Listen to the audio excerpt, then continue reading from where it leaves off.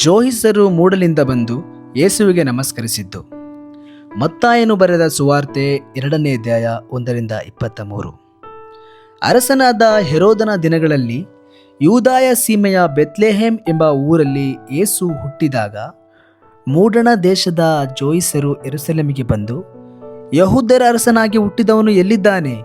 ಆತನನ್ನು ಸೂಚಿಸುವ ನಕ್ಷತ್ರವನ್ನು ನಾವು ಮೂಡಣ ದೇಶದಲ್ಲಿ ಕಂಡು ಆತನಿಗೆ ಅಡ್ಡಬೀಳುವುದಕ್ಕೆ ಬಂದೆವು ಅಂದರು. ಇದನ್ನು ಕೇಳಿ ಅರಸನಾದ ಹೆರೋದನು ಅವನ ಕೂಡ ಯೆರೂಸಲೇಮಿನವರೆಲ್ಲರೂ ಕಳವಳಪಟ್ಟರು.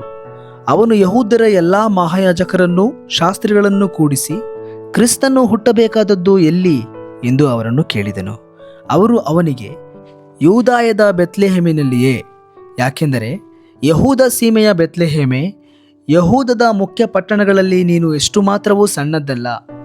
ಒಬ್ಬ ಅಧಿಪತಿ ನಿನ್ನೊಳಗಿಂದಲೇ ಹೊರಡುವನು. ಆತನು ನನ್ನ ಪ್ರಜೆಯಾದ ಇಸ್ರಾಯೇಲನ್ನು ಆಳತಕ್ಕವನು ಎಂಬುದಾಗಿ ಪ್ರವಾದಿಯ ಮುಖಾಂತರ ಬರೆದದೆ ಎಂದು ಹೇಳಿದರು.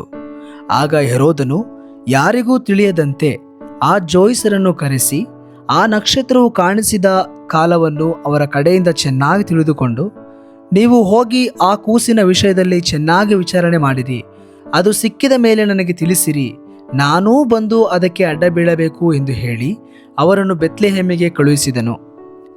ಅವರು ಅರಸನ ಮಾತನ್ನು ಕೇಳಿ ಹೊರಟಾಗ ಮೂಡಣ ದೇಶದಲ್ಲಿ ಕಂಡ ನಕ್ಷತ್ರವು ಅವರ ಮುಂದೆ ಮುಂದೆ ನಡೆದು ಕೂಸು ಇದ್ದ ಸ್ಥಳದ ಮೇಲೆ ಬಂದು ನಿಂತಿತು. ಅವರು ನಕ್ಷತ್ರವನ್ನು ಕಂಡು ಅತ್ಯಂತ ಸಂತೋಷಪಟ್ಟರು ಮತ್ತು ಆ ಮನೆಯೊಳಕ್ಕೆ ಹೋಗಿ ಆ ಕೂಸನ್ನು ಅದರ ತಾಯಿಯಾದ ಮರಿಯಳ ಬಳಿಯಲ್ಲಿ ಕಂಡು ಅದಕ್ಕೆ ಸಾಷ್ಟಾಂಗ ನಮಸ್ಕಾರ ಮಾಡಿ ತಮ್ಮ ಗಂಟುಗಳನ್ನು ಬಿಚ್ಚಿ ಅದಕ್ಕೆ ಚಿನ್ನ, ಧೂಪ, ರಕ್ತ ಬೋಳಗಳನ್ನು ಕಾಣಿಕೆಯಾಗಿ ಕೊಟ್ಟರು. ಆಮೇಲೆ ದೇವರು ಕನಸಿನಲ್ಲಿ ಅವರಿಗೆ, ನೀವು ಹೆರೋದನ ಬಳಿಗೆ ತಿರುಗೇ ಹೋಗಬಾರದೆಂದು ಅಪ್ಪಣೆ ಕೊಟ್ಟದರಿಂದ ಅವರು ಮತ್ತೊಂದು ದಾರಿಯಿಂದ ತಮ್ಮ ದೇಶಕ್ಕೆ ಹೊರಟು ಹೋದರು. ಅರಸನು ಯೇಸುವನ್ನು ಕೊಲ್ಲುವುದಕ್ಕೆ ಪ್ರಯತ್ನ ಮಾಡಿದ್ದು. ಅವರು ಹೋದ ಮೇಲೆ ಕರ್ತನ ದೂತನು ಯೋಸೇಫನಿಗೆ ಕನಸಿನಲ್ಲಿ ಕಾಣಿಸಿಕೊಂಡು, ನೀನು ಎದ್ದು ಈ ಕೂಸನ್ನು ಇದರ ತಾಯಿಯನ್ನು ಕರೆದುಕೊಂಡು ಐಗುಪ್ತ ದೇಶಕ್ಕೆ ಓಡಿ ಹೋಗಿ ನಾನು ನಿನಗೆ ಹೇಳುವ ತನಕ ಅಲ್ಲೇ ಇರು. ಹೆರೋದನು ಈ ಕೂಸನ್ನು ಕೊಲ್ಲಬೇಕೆಂದು ಅದನ್ನು ಹುಡುಕುತ್ತಿರುವನು ಅಂದನು. ಆಗ ಅವನು ಎದ್ದು ಕೂಸನ್ನು ಅದರ ತಾಯಿಯನ್ನು ರಾತ್ರಿ ವೇಳೆಯಲ್ಲಿ ಕರಕೊಂಡು ಐಗುಪ್ತ ದೇಶಕ್ಕೆ ಓಡಿ ಹೋಗಿ ಹೆರೋದನು ತೀರಿ ಹೋಗುವ ತನಕ ಅಲ್ಲೇ ಇದ್ದನು. ಇದರಿಂದ ನನ್ನ ಮಗನನ್ನು ಐಗುಪ್ತ ದೇಶದೊಳಗಿಂದ ಕರೆದೆನೆಂದು ಕರ್ತನು ಪ್ರವಾದಿಯ ಮುಖಾಂತರ ಹೇಳಿದ ಮಾತು ನೆರವೇರಿತು.